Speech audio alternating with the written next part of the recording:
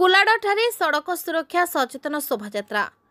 ଭଞ୍ଜନଗର କୁଲାଡ କବି ସମ୍ରାଟ ସରକାରୀ ଉଚ୍ଚ ମାଧ୍ୟମିକ ବିଦ୍ୟାଳୟଠାରେ ଜୁନିୟର ରେଡକ୍ରସ ଜିଲ୍ଲା ଯୁଗ୍ମ ସମ୍ପାଦକ ତଥା ବିଦ୍ୟାଳୟର ବରିଷ୍ଠ ଶିକ୍ଷକ ପ୍ରଦ୍ୟୁମ୍ନ କୁମାର ମଲ୍ଲିକଙ୍କ ଅଧ୍ୟକ୍ଷତାରେ ବିପଦର ବନ୍ଧୁ ଓଡ଼ିଶା ଏବଂ ରୋଟାରୀ କ୍ଲବ ଭଞ୍ଜନଗର ଦ୍ୱାରା ଏକ ସଡ଼କ ସୁରକ୍ଷା ସଚେତନ ଶୋଭାଯାତ୍ରା କୁଲାଡ ସହରରେ ଅନୁଷ୍ଠିତ ହୋଇଥିଲା।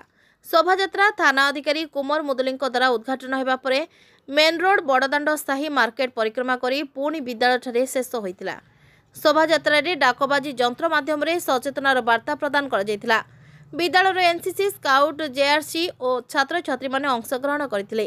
ପରେ ବିଦ୍ୟାଳୟଠାରେ ଏକ ସଚେତନା ବୈଠକ ଅନୁଷ୍ଠିତ ହୋଇଥିଲା।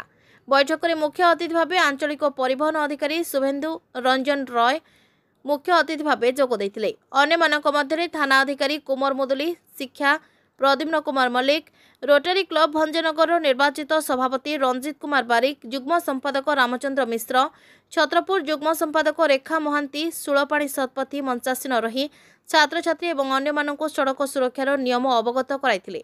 ନିଜ ନିଜର ପରିବାର ଓ ଗ୍ରାମବାସୀଙ୍କୁ ସଡ଼କ ସୁରକ୍ଷା ବାର୍ତ୍ତା ପ୍ରଦାନ କରିବା ପାଇଁ ଅତିଥିମାନେ ଛାତ୍ରଛାତ୍ରୀମାନଙ୍କୁ ଅନୁରୋଧ କରିଥିଲେ। ବିପଦର ବନ୍ଧୁ ଅନୁଷ୍ଠାନ ଉପସଭାପତି ଅରକ୍ଷିତ ପରିଚ୍ଛା ସଭା ପରିଚାଳନା କରିଥିଲେ।